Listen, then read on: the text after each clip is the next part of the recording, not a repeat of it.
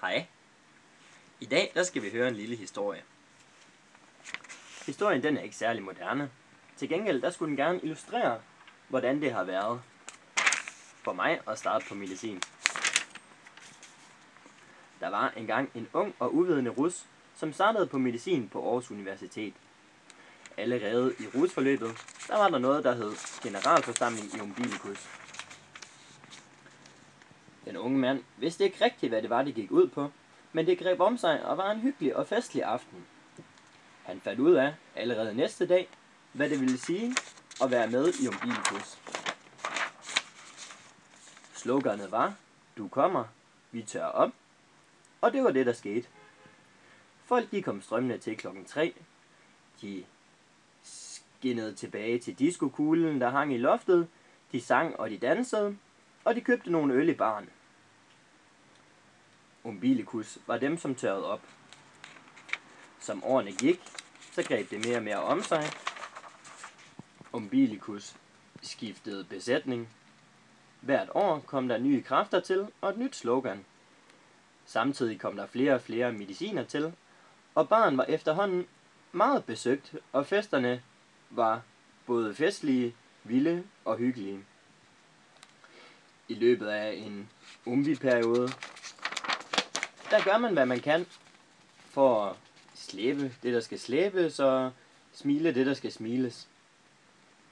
På 4 år kan man cirka komme til at bære 200 til 307.000 øl. Det er svært at sige, hvad de bliver af, så medicinerne de må være ret tørstige. Man når ikke bare at opbygge en vis tolerance for at slæbe, men man når også at opbygge et samarbejde. Og årene går. Sidste år, i umbi-året 12-13, der stod det på opladning, fremsyn og eftertanke.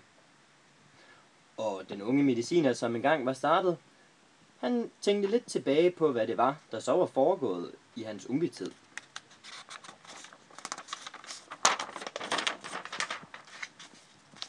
Der var selvfølgelig de helt almindelige fredagsbarer, som er grundkernen i det, som umbilicus laver, og som er det, som ses udadtil. Barerne de skal være gode, der skal være glade medicinere, der kommer glade gæster. Der er et festligt umbi, som står bag baren og sørger for både festen foran baren og bag ved baren.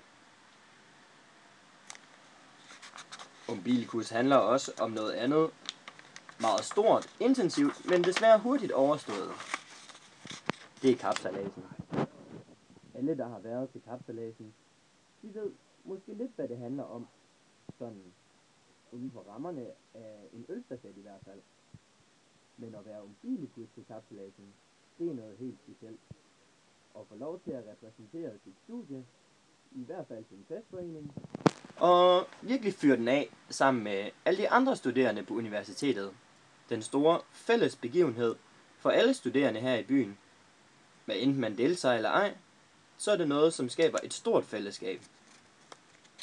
For hvad er det egentlig, at umbilicus handler om?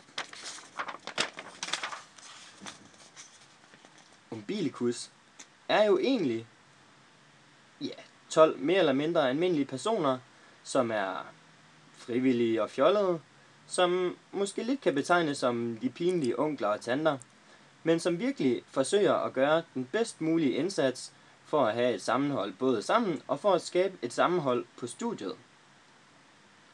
Det er det, som det virkelig handler om. Men tiden går jo, og nu er vi nået frem til nutiden, 2013. GF nærmer sig, så nu er det op til jer at fortsætte historien.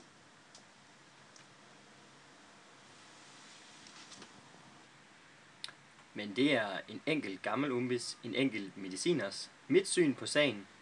Hvilken kurs lægger I for dagen? Vi ses til generalforsamlingen.